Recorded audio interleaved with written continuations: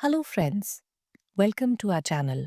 आज हम Indian renowned poet Kamala Das की पोएम माय मदर एट 66 की समरी सीखेंगे। समरी के बाद बहुत सारे इम्पोर्टेंट क्वेश्चंस डिस्कस किए गए हैं जो एग्जाम पॉइंट ऑफ व्यू से इम्पोर्टेंट हैं, स्पेशली सीबीएसई प्लस 2 के एग्जाम्स के लिए। तो फ्रेंड्स, पूरा वीडियो जरूर देखें। Before we begin with the poem, let's talk about the author. Kamala Das Malabar Kerala में 1934 में बॉर्न हुई थी। वह इंडिया के लीडिंग पोएट्स में से एक हैं।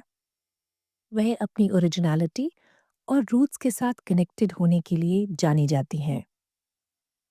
कमला दास ने नॉवेल्स, शॉर्ट स्टोरीज और 5 पोएट्री बुक्स भी लिखी हैं। मलयालम लैंग्वेज में लिखते हुए उन्होंने अपना पेन नेम माधवी कुट्टी रखा है। अपने वर्क्स में कमला दास ह्यूमन रिलेशनशिप्स को बहुत सेंसिटिवली डील करती हैं और पोएटिकल स्टाइल में लिखती हैं।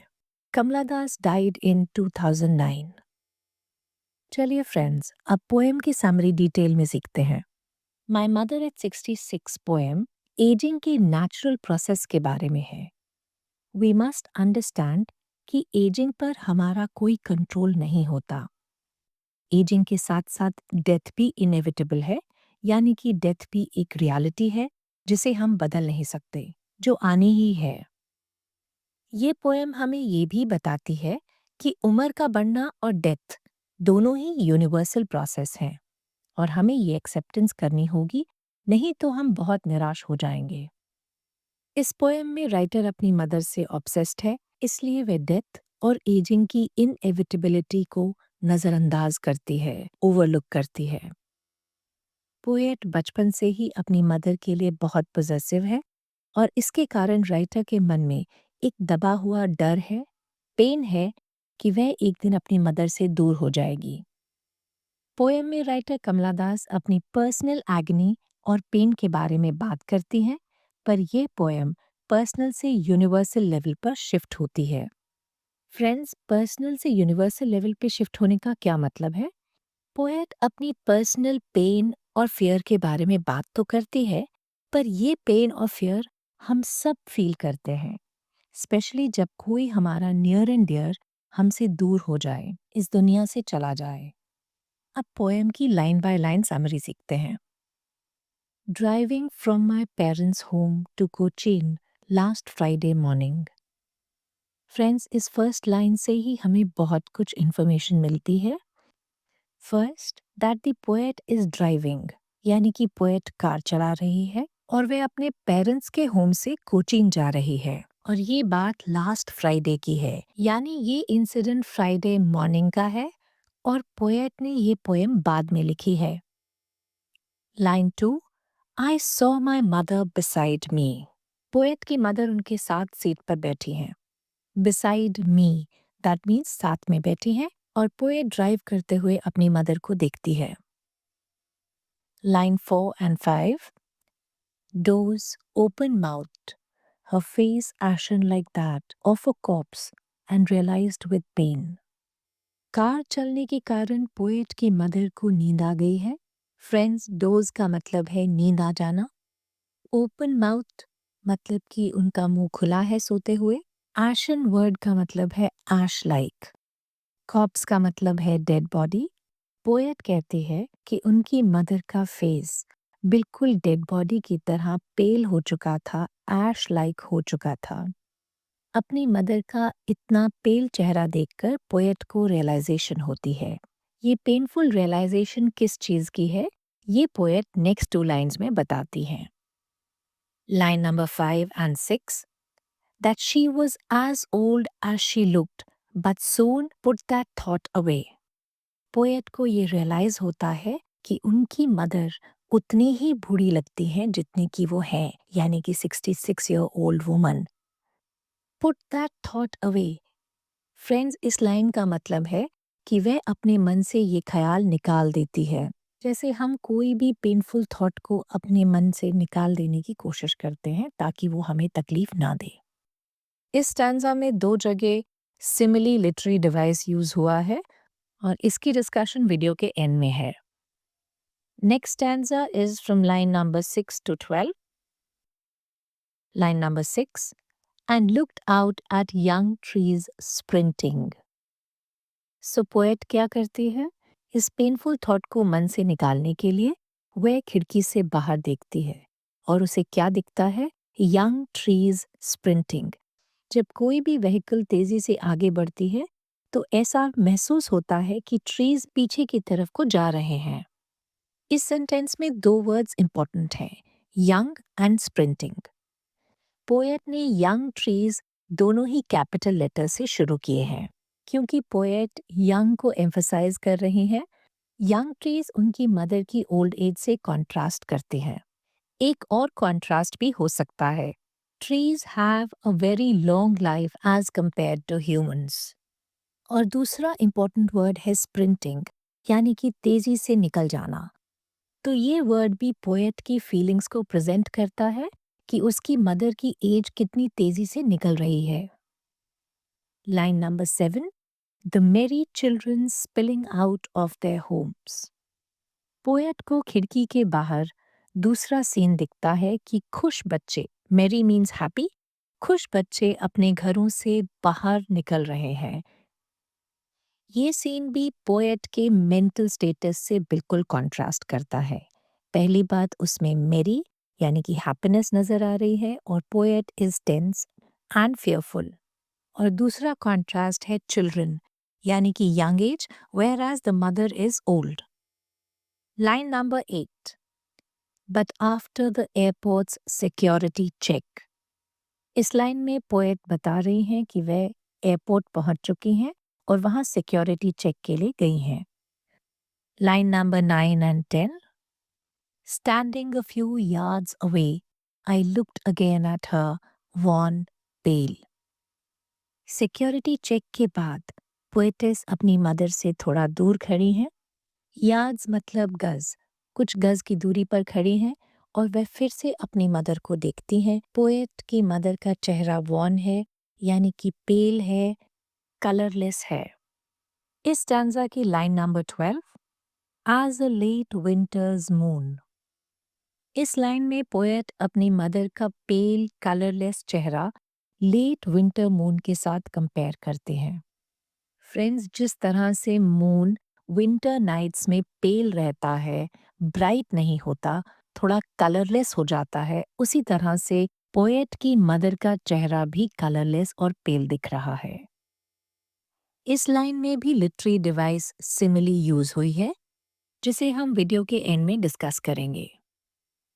पोएम का last stanza line number 12 to 15. And felt that old familiar ache, my childhood's fear.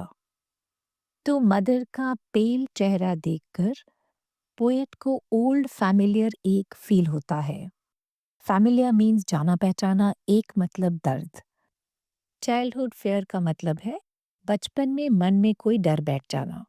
सो यहाँ पोएट कौन से फैमिलियर एक या चाइल्डहुड फेयर की बात कर रही है? That her mother would die one day, that she would be separated from her mother. Line number 14 and 15. But all I said was, see you soon, Amma. All I did was smile and smile and smile.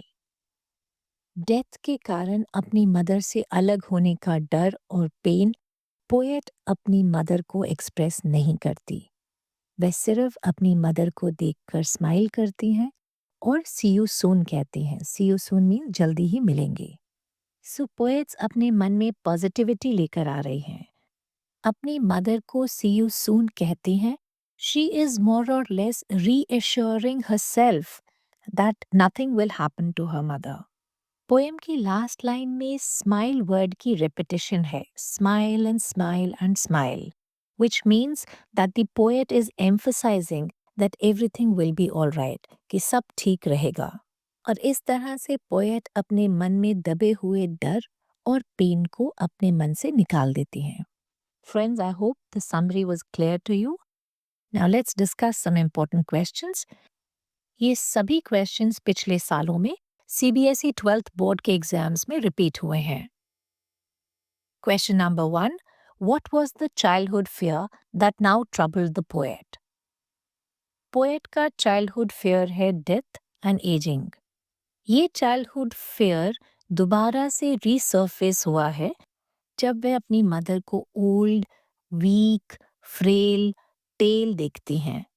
Airport पर जब वह अपनी mother को देखती हैं तो poet को realise होता है कि उनकी मदर की हेल्थ डिक्लाइन हो रही है और उन्हें ये रियलाइज होता है कि डेथ इनएविटेबल है। Question number 2, what do the poet's parting words suggest? और what do the poet's parting words to her mother signify?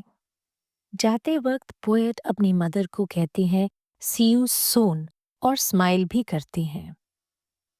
Poet के वर्ड्स और स्माइल दोनों ही उनके चाइल्डहुड फियर ऑफ सेपरेशन से कॉन्ट्रास्ट में है। वह ये वर्ड्स अपनी ट्रू फीलिंग्स को हाइड करने के लिए यूज करती हैं। उनके मन में ये चिंता है कि उनकी मदर बूढ़ी हो रही है and there is a possibility of losing her. अपने इन थॉट्स को छुपाने के लिए पोएट स्माइल करती हैं और अपनी मदर को कहती हैं सी you soon. Question number 3 is also very similar to question number 2. Why did the poet smile and smile? Poet smile कर रही हैं क्योंकि वे अपने थॉट्स को छुपाना चाहती हैं। वे रिपीटेडली स्माइल करती हैं ताकि वे अपने आप को रीअश्योर कर सके कि वे जल्दी ही अपने मदर को मिलेंगी। बेसिकली अपनी स्माइल और वर्ड्स के पीछे वे अपने फियर्स और वरीज को छुपा रही हैं। Question number 4, Why are the young trees described as sprinting? जैसे पोएट एक फास्ट मूविंग कार में ट्रैवल कर रही हैं, बाहर के ट्रीज ऐसे प्रतीत होते हैं जैसे कि वो तेजी से दूसरी डायरेक्शन में भाग रहे हों। ये स्प्रिंटिंग यंग ट्रीज उनकी मदर जो कि पैसिव है, ओल्ड है और कार में बिल्कुल स्टिल बैठी है, उनसे कॉन्ट्रास्ट में है। Question number 5, How did Kamala Das put away the thought of her mother's old age? अपनी मदर की बढ़ती हुई उम्र और उनकी इनएविटेबल डेथ का ख्याल अपने मन से निकालने के लिए पोएट विंडो से बाहर देखती हैं। बाहर का scene full of life and energy है। उन्हें यंग ट्रीज तेजी से भागते दिखते हैं। हैप्पी एंड चेयरफुल बच्चे अपने घरों से बाहर आते दिखते हैं। Question number 6, Why did Kamala Das add the image of merry children to the poem? Cheerful बच्चे एनर्जी, जॉय और लाइफ की वाइटैलिटी को सिंबलाइज करते हैं। बच्चे पोएट की फ्रेल और एजिंग मदर के बिल्कुल कॉन्ट्रास्ट में हैं। बच्चों की लाइवली स्पिरिट मदर की पैसिव और इनएक्टिव स्टेट के कॉन्ट्रास्ट में है। Question number 7, Why has the mother been compared to late winter's moon? Poet की मदर पेल और ऐश जैसी लग रही है, जैसे कि एक लाइफलेस डेड बॉडी होती है। सिमिलरली विंटर में मून भी अपनी ब्राइटनेस खो देता है, फेडेड और कलरलेस दिखता है, just like an old very person. In the last line of the poem, why does the poet use the word smile repeatedly? Poet smile word bar bar last line में repeat करते हैं ताकि वे अपने डर और anxiety को छुपा सकें। ये डर उन्हें अपनी मदर की फ्रेजाइल हेल्थ को लेकर है। वे स्माइल कर रही हैं ताकि अपने आप को रीअश्योर करा सकें कि वे जल्द ही अपनी मदर से मिलेंगी। अब हम पोएम में यूज किए गए लिटरेरी डिवाइसेस को डिस्कस करते हैं। लाइन नंबर 3, 5 एंड 12 में सिमिली यूज हुई है। फ्रेंड्स, सिमिली का मतलब है जहां पर हम इनडायरेक्ट कंपैरिजन किसी चीज से करते हैं। फॉर एग्जाम्पल, जब हमें किसी की ब्यूटी को कंपेयर करना हो तो हम कहते हैं she is as beautiful as a rose और she is like a rose. Line number 3 में पोएट अपनी मदर के फेस को कॉर्प्स के साथ कंपेयर करता है। Her face ashen like that of a corpse. Line number 5 में पोएट कहती हैं she was as old as she looked. And line number 12 में as a late winter's moon, जहां पर वह अपनी मदर के फेस को लेट विंटर मून के साथ कंपेयर कर रही हैं। फ्रेंड्स, रिमेंबर, सिमिली को यूज करने के लिए हमें लाइक या एज जैसे वर्ड्स को यूज करना पड़ता है। Thank you friends for watching. I hope you like the video. CBSE 12th board के सिलेबस को हमारे वीडियोस कवर करते हैं। Please subscribe to our channel ताकि आपको सारे अलर्ट्स टाइम पर मिलते रहें।